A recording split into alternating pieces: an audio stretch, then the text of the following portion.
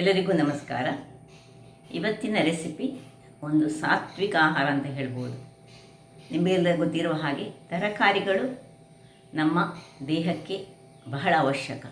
ಅದರಲ್ಲೂ ಸಾವಯವ ತರಕಾರಿಗಳಂತೂ ಬಹಳ ಉತ್ತಮ ಅಂತಲೇ ಹೇಳ್ಬೋದು. ನಾವು ಸಾವಯವ ತರಕಾರಿಗಳಿಗೆ ಬೆಲೆ ಹೆಚ್ಚು ಹೇಳಿ ಅವುಗಳನ್ನು ತೆಗೆದುಕೊಳ್ಳದೆ ಸಿಕ್ಕ ತರಕಾರಿಗಳನ್ನು ತಂದು ಅಡುಗೆ ಮಾಡ್ತೇವೆ.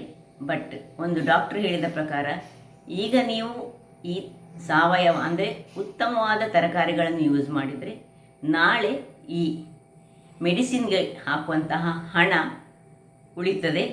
ಆ ಮೆಡಿಸಿನ್ನ ಹಣವೇ ನಿಮಗೆ ತರಕಾರಿಗಳ 4 ಪಟ್ಟು ಹೆಚ್ಚಾಗ್ತದೆ ಅಂತ ಹೇಳ್ತಾರೆ. ಇವತ್ತಿನ ರೆಸಿಪಿ ನಾನು ಎಲ್ಲ ವೆಜಿಟೇಬಲ್ಗಳನ್ನು ಹಾಕಿ ಮಾಡಿದಂತಹ ಒಂದು ಕೂಟು ಅಥವಾ ತರಕಾರಿಗಳ ಅವಿಲ್ ಅಂತ ಕೇರಳದಲ್ಲಿ ಕರೀತಾರೆ. ಹಾಗಾದರೆ ಯಾವ ರೀತಿಯಲ್ಲಿ ಈ ಒಂದು ತರಕಾರಿಗಳ ಕೂಟನ್ನು ಮಾಡೋದು ಮತ್ತು ಅದು ಆರೋಗ್ಯಕ್ಕೆ ಬಹಳ ಉತ್ತಮ ಆದ್ದರಿಂದಾಗಿ ವಾರದಲ್ಲಿ ಒಮ್ಮೆ ಅದು ನಾವಿದ್ದಂತಹ ಕೂಟುಗಳನ್ನು ಮಾಡಿ ನಾವು ತಿನ್ನಬೇಕು, ಮಕ್ಕಳಿಗೂ ತಿನ್ನಿಸಬೇಕು.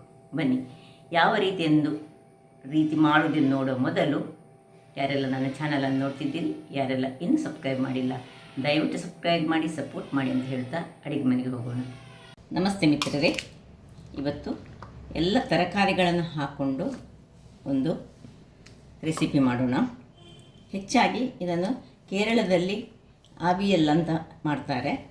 ಬಟ್ ನಮ್ಮ ಈ ಸೈಡಿನಲ್ಲಿ ಬೆಂಗಳೂರು ಸೈಡ್ಗಳಲ್ಲಿ ಎಲ್ಲ ಇದನ್ನು ಈ ತರಕಾರಿಗಳ ಕೂಟು ಅಂತಾರೆ. ಈ ತರಕಾರಿಗಳನ್ನು ನಾವು ವಾರದಲ್ಲಿ ಒಂದು ದಿವಸ ಆದರೂ ತುಂಬ ತರಕಾರಿಗಳನ್ನು ತಿನ್ನಬೇಕು. ಯಾಕೆ ಹೇಳಿದರೆ ಈ ಕಾರ್ಬೋಹೈಡ್ರೇಟ್ಗಿಂತ ಸಹ ತರಕಾರಿಗಳು ಹೆಚ್ಚಾಗಿ ತಿಂದರೆ ಆರೋಗ್ಯಕ್ಕೆ ಉತ್ತಮ. ಈ ಮೆಡಿಸಿನ್ಗಳಿಗೆ ಹಣ ಹಾಕುವ ಬದಲು ಈ ಸಾವಯವ ತರಕಾರಿಗಳಿಗೆ ನಾವು ಹಣ ಹಾಕಿದರೆ ನಮ್ಮ ಆರೋಗ್ಯಕ್ಕೆ ಬಹಳ ಉತ್ತಮ. ಇದೆಲ್ಲ ಡಾಕ್ಟರ್ಸ್ನವ್ರು ಹೇಳಿದ್ದನ್ನು ಕೇಳಿ ನಾವು ಈಗ ಹೇಳ್ಕೊಡ್ತಿದ್ದದ್ದು. ಈಗ ಯಾವುದೇ ತರಕಾರಿ ಆಗ್ತದೆ, ನಿಮ್ಮ ಹತ್ರ ಏನು ತರಕಾರಿ ಉಂಟು ಆ ತರಕಾರಿಗಳನ್ನು ಹಾಕ್ಕೊಂಡು ಮಾಡಿದರೆ ಆಗ್ತದೆ. ನಾನಿವತ್ತು ಸ್ವಲ್ಪ ಈ ಕ್ಯಾರೆಟ್, ಬಟಾಟೆ ಮತ್ತು ಸ್ವಲ್ಪ ಸಿಹಿ ಕುಂಬಳ, ಈ ತೊಂಡೆಕಾಯಿ, ಸೋರೆಕಾಯಿ ಮತ್ತು ಹೀರೆಕಾಯಿ ಇಷ್ಟನ್ನು ನಾನು ಒಳ್ಳೆ ತೊಳೆದು ಕಟ್ ಮಾಡಿ ಇಟ್ಕೊಂಡಿದ್ದೇನೆ. ಎಲ್ಲವನ್ನು ಒಂದು ಶಿಫ್ಟ್ ಮಾಡೋಣ ಒಂದು ಕಡಾಯಿಗೆ. ಈಗ ಕಡಾಯಿಯನ್ನು ಉರಿಸಿಕೊಂಡು ಅದಕ್ಕೆ ಮೊದಲು ಸ್ವಲ್ಪ ಮುಳುಗುವಷ್ಟು ನೀರನ್ನು ಹಾಕ್ಕೊಂಡು ಒಂದು ಒಲೆಯನ್ನು ಉರಿಸ್ಕೊಳ್ಳೋಣ.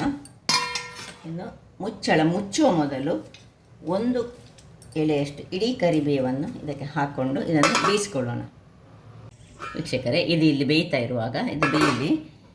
ಅದಕ್ಕೆ ಮೊದಲೇ ಬೇಕಿದ್ರೆ ಉಪ್ಪನ್ನು ಸಹ ಹಾಕ್ಕೊಳ್ಬೋದು. ನಾನೀಗ ಈ ಬೆಂದ ಮೇಲೆ ಉಪ್ಪು ಮತ್ತು ಅದಕ್ಕೆ ಇನ್ನು ಏನು ಹಾಕಲಿಕ್ಕೆ ಅಂತ ಹೇಳ್ತೇನೆ. ಈಗ ಮೊದಲಿಗೆ ಒಂದು ಮಿಕ್ಸಿ ಜಾರನ್ನು ತೆಗೆದುಕೊಂಡು ಅದಕ್ಕೆ ತೆಂಗಿನ ತುರಿಯನ್ನು ಹಾಕಿದರೆ ಒಳ್ಳೆಯದಾಗ್ತದೆ. ಸಣ್ಣ ತೆಂಗಿನ ತುರಿ ಇದ್ದರೆ, ತೆಂಗಿನಕಾಯಿ ಇದ್ದರೆ ತುರಿದಿಟ್ಟುಕೊಂಡಂತಹ ಒಂದು ಕಾಯಿ, ಸಣ್ಣದು ಸಾಕು. ಇಲ್ಲದಿದ್ದರೆ ದೊಡ್ಡ ತೆಂಗಿನಕಾಯಿ ಆದರೆ ಒಂದು ಅರ್ಧ ಗಡಿ ಸಾಕು. ಈಗ ಒಂದು ದೊಡ್ಡ ಚಮಚದಷ್ಟು ಜೀರಿಗೆ, ನೋಡಿ ಜೀರಾ ಬೇಕಿದ್ದರೆ ಸ್ವಲ್ಪ ಹೆಚ್ಚು ಸಹ ಹಾಕ್ಕೊಳ್ಬೋದು. ಈ ಖಾರಕ್ಕೆ ಒಂದು 2 ಮೆಣಸು ಮತ್ತು ಕೊನೆಗೆ ಇದು ಸ್ವಲ್ಪ ಒಮ್ಮೆ ಇದಕ್ಕೆ ನೀರು ಹಾಕಿ ಇದನ್ನು ರುಬ್ಬಿಕೊಂಡ ಮೇಲೆ ಸ್ವಲ್ಪ ಕೊನೆಯಲ್ಲಿ ಒಂದು ಈ ಕರಿಬೇವಿನ ಸೊಪ್ಪನ್ನು ಹಾಕ್ಕೊಳ್ಕೊಂಡು ಮೊದಲಿಗೆ ಇದನ್ನು ರುಬ್ಬಿ ತರ್ತೇನೆ. ವೀಕ್ಷಕರೇ, ಇಲ್ಲಿ ನೋಡಿ ಈ ರೀತಿಯಾಗಿ ಗ್ರೈಂಡ್ ಆಗಿ ಬಂತು. ಹೀಗೆ ಒಳ್ಳೆ ಫೈನಾಗಿ ಗ್ರೈಂಡ್ ಆಗಿ ಬರಬೇಕು. ಇದನ್ನೇನು ನಾವು ಸೋಸಿಕೊಳ್ಳಿಕ್ಕೆ ಏನಿಲ್ಲ, ಅದನ್ನಾಗಿ ಈ ರೀತಿ ಇರಬೇಕು. ಇಲ್ಲಿ ಈಗ 1 ಲೋಟದಷ್ಟು ಮಜ್ಜಿಗೆಯನ್ನು ನಾವು ರೆಡಿ ಮಾಡಿಟ್ಕೊಳ್ಬೇಕಾಗ್ತದೆ. ಮಜ್ಜಿಗೆ ರೆಡಿಯಾಗಿ ಉಂಟು. ಇದನ್ನು ಸ್ವಲ್ಪ ನೀರು ಮಾಡಿಟ್ಕೊಂಡು ರೆಡಿ ಮಾಡಿಟ್ಕೊಂಡೋಣ. ಇಲ್ಲಿ ನೋಡಿ ಅರ್ಧ ಇದು ಬೆಂದಿಕ್ಕಾಗುವಾಗ ಇದಕ್ಕೆ ನಾವೀಗ ಉಪ್ಪು, ರುಚಿಗೆ ತಕ್ಕಷ್ಟು ಉಪ್ಪು ಮತ್ತು ಬೇಕಿದ್ರೆ ನೋಡಿಕೊಂಡು ಹಾಕ್ಕೊಳ್ಬೋದು. ಇನ್ನು 1 ಚಮಚದಷ್ಟು ಈ ಮೆಣಸಿನ ಪುಡಿಯನ್ನು ನಾವು ಹಾಕ್ಕೊಳ್ತಿದ್ದೇನೆ. ನೋಡಿ 1 ಚಮಚದಷ್ಟು ಮೆಣಸಿನ ಪುಡಿಯನ್ನು ಹಾಕ್ಕೊಂಡು ಇದನ್ನು ಮಿಕ್ಸ್ ಮಾಡ್ಕೊಳ್ಳೋಣ. ಇದು ಸ್ವಲ್ಪ ಖಾರ ಅದರಷ್ಟಕ್ಕೆ ಇದರಲ್ಲಿ ಎಳೆದುಕೊಳ್ಬೇಕು, ಬೇರೆ ಏನು ಖಾರ ಹಾಕ್ಕೊಳ್ಳಿದೆ. ಈ ಮೆಣಸಿನ ಪುಡಿ ಬೇಡದವರು ಒಂದು ಕಾಯಿ ಮೆಣಸನ್ನು ನೀವು ಕಟ್ ಮಾಡಿಕೊಂಡು ಹಾಕ್ಕೊಂಡ್ರೆ ಸಹ ಆಗ್ತದೆ. ಇದೀಗ ಒಳ್ಳೆ ಬೇಯಿ. ಈ ಹಂತದಲ್ಲಿ ನೋಡಿ, ಈಗ ಇಷ್ಟು ಬೇಯ್ತಾ ಇರುವಾಗ ನಾನು ಒಂದಿಷ್ಟು ಈ ಗೇರು ಬೀಜ, ಹಸಿ ಗೇರು ಬೀಜ ಇದ್ದರೆ ಅದು ಸಹ ಹಾಕ್ಕೊಳ್ಬೋದು, ಅಥವಾ ಒಣ ಗೇರು ಬೀಜ ಇದ್ದರೆ ಸಹ ಅದನ್ನು ಸ್ವಲ್ಪ ನೀರಿನಲ್ಲಿ ಹಾಕ್ಕೊಂಡು ಸಹ ಹಾಕ್ಕೊಳ್ಬೋದು. ಇದು ಬೇಯಲಿಕ್ಕೆ ಹಾಕೊಳ್ಳೋಣ. ಇದು ಆಪ್ಷನಲ್, ಬೇಕಂತ ಏನಿಲ್ಲ, ಬೇಕಿದ್ದರೆ ಮಾತ್ರ ಇದು ಹಾಕಿದರೆ ಒಂದು ಸ್ವಲ್ಪ ರುಚಿ ಒಳ್ಳೇದು ಬರ್ತದೆ. ಮತ್ತು ನಡುವಲ್ಲಿ ಒಂದು ಹಿಡಿಯಷ್ಟು ಎಷ್ಟು ಸಹ ಹಾಕ್ಕೊಳ್ಬೋದು, ನಿಮಗೆ ಎಷ್ಟು ಬೇಕೋ ಅಷ್ಟನ್ನು ಹಾಕ್ಕೊಳ್ಬೋದು. ಇದನ್ನು ಮುಚ್ಚಿಟ್ಕೊಂಡು ಬೇಯಿಸ್ಕೊಳ್ಳೋಣ. ವೀಕ್ಷಕರೇ ನೋಡಿ, ಒಂದು 5 ನಿಮಿಷಗಳ ಬಳಿಕ ಒಳ್ಳೆ ಬೆಂದಿದೆ ಎಲ್ಲ ವೆಜಿಟೇಬಲ್ಸ್. ಇಲ್ಲಿ ಒಮ್ಮೆ ಉಪ್ಪನ್ನು ಚೆಕ್ ಮಾಡ್ಕೊಳ್ಳೋಣ. ಉಪ್ಪು ಕಡಿಮೆ ಇದ್ದರೆ ಉಪ್ಪನ್ನು ಹಾಕೊಳ್ಳೋಣ. ನೋಡಿ, ತುಂಡುಗಳಲ್ಲಿ ಕಡಿಮೆ ಇರ್ಬೋದಂತ ಅನ್ನಿಸ್ತಾ ಉಂಟು. ಸೊ ಅಡ್ಜಸ್ಟ್ ಮಾಡಬೇಕು ಉಪ್ಪನ್ನು. ಸ್ವಲ್ಪ ಉಪ್ಪು ಹಾಕ್ಕೊಳ್ತಿದ್ದೇನೆ. ಇನ್ನೀಗ ಏನು ಇಲ್ಲಿ ನಾನು ಗ್ರೈಂಡ್ ಮಾಡಿಟ್ಕೊಂಡಿದ್ದೇನೆ ಅದನ್ನು ಇದಕ್ಕೆ ಶಿಫ್ಟ್ ಮಾಡ್ಕೊಳ್ಳೋಣ. ಈ ಪದಾರ್ಥ ತುಂಬ ತೆಳುವಾಗಲಿಕ್ಕಿಲ್ಲ, ಅದರಿಂದಾಗಿ ನೋಡಿಕೊಂಡು ಇದಕ್ಕೆ ಸ್ವಲ್ಪ ನೀರನ್ನು ಹಾಕೊಳ್ಳೋಣ. ಸೊ ಆರೋಗ್ಯಕರವಾದ ಈ ಪದಾರ್ಥವನ್ನು ನಾವು ವಾರದಲ್ಲಿ 1 ಬಾರಿ ಆದರೂ ಮಾಡಿ ಮಕ್ಕಳಿಗೆ ಕೊಡಬೇಕು. ಆಗ ಈ ಮಕ್ಕಳು ತಿನ್ನೋದಿಲ್ಲ ವೆಜಿಟೇಬಲ್ಸ್, ಬಟ್ ನಾವು ಫೋರ್ಸ್ಬಲಿ ಅವರನ್ನು ತಿನ್ನಿಸ್ಬೇಕು ಸಣ್ಣ ಪ್ರಾಯದಲ್ಲಿ. ಆಗ ಅವರಿಗೆ ಒಂದು ತಿನ್ನುವ ಅಂತ ಅನ್ನಿಸ್ತದೆ. ನೋಡು, ಇಲ್ಲೀಗ ಸ್ವಲ್ಪ ನೀರನ್ನು ಹಾಕ್ಕೊಳ್ತಿದ್ದೇನೆ ನಾನು.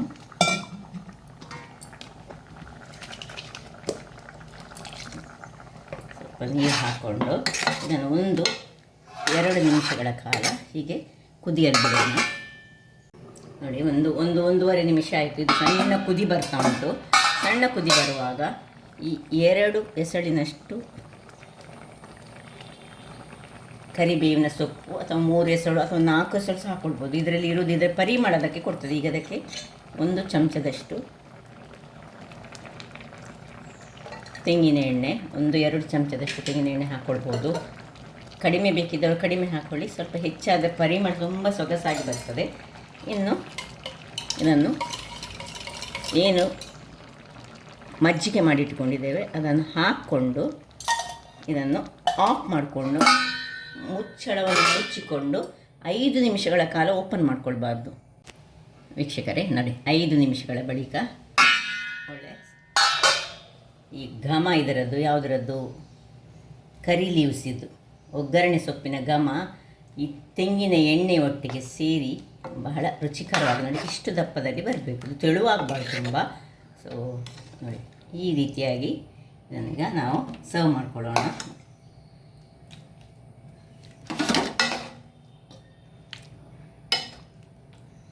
ಆರೋಗ್ಯಭರಿತವಾದ ಒಂದು ಸಾತ್ವಿಕ ಆಹಾರ ಅಂತ ಹೇಳ್ಬೋದು ಇದನ್ನು ನಾವು. ಸೊ ಈ ಅನ್ನದೊಟ್ಟಿಗೆ ಕಲಸಿ ತಿನ್ನಲಿಕ್ಕಂತೂ ಬಹಳ ಚೆನ್ನಾಗಿ ಬರ್ತದೆ. ಇನ್ನೂ ಸ್ವಲ್ಪ ದಪ್ಪ ಮಾಡಿಕೊಳ್ಬೋದು, ಬೇಕಿದ್ದರೆ ಈ ಸೈಡ್ ಡಿಶ್ ಆಗಿ ಸಹ ಮಾಡ್ಕೊಳ್ಬೋದು. ಹೆಚ್ಚಾಗಿ ಇದು ಕೇರಳದಲ್ಲಿ ಸ್ವಲ್ಪ ಸೈಡ್ ಡಿಶ್ ಆಗಿ ಮಾಡ್ತಾರೆ. ಇದು ಆ್ಯಕ್ಚುಲಿ ಕೇರಳದವರ ಡಿಶ್, ಬಟ್ ಇದನ್ನು ಸ್ವಲ್ಪ ನಾವು ಸ್ವಲ್ಪ ಟ್ವಿಸ್ಟ್ ಕೊಟ್ಟು ಸ್ವಲ್ಪ ಚೇಂಜಸ್ ಮಾಡ್ಕೊಂಡಿದ್ದೇವೆ. ಬಹಳ ರುಚಿಕರವಾಗಿ ಬರುವಂತಹ ಈ ಒಂದು ಎಲ್ಲ ವೆಜಿಟೇಬಲ್ಸ್ಗಳನ್ನು, ಯಾವುದೇ ವೆಜಿಟೇಬಲ್ಸ್ಗಳನ್ನು ನೀವು ಹಾಕ್ಕೊಳ್ಬೋದು. ಇಂಥದ್ದೇ ವೆಜಿಟೇಬಲ್ ಬೇಕಂತ ಇಲ್ಲ. ಹಾಗಾದರೆ ನನ್ನ ಈ ಕುಕಿಂಗ್ ಚಾನಲ್ ನಿಮಗೆ ಇಷ್ಟ ಆದರೆ ಬೋಡೂರು ಸುವರ್ಣ ಚಾನಲನ್ನು ಲೈಕ್ ಮಾಡಿ, ಶೇರ್ ಮಾಡಿ ಹಾಗೂ ಸಬ್ಸ್ಕ್ರೈಬ್ ಮಾಡಿ ಹಾಗೂ ನನ್ನ ಇನ್ಸ್ಟಾಗ್ರಾಮ್ ಪೇಜನ್ನು ಫಾಲೋ ಮಾಡಿ. ಧನ್ಯವಾದಗಳು.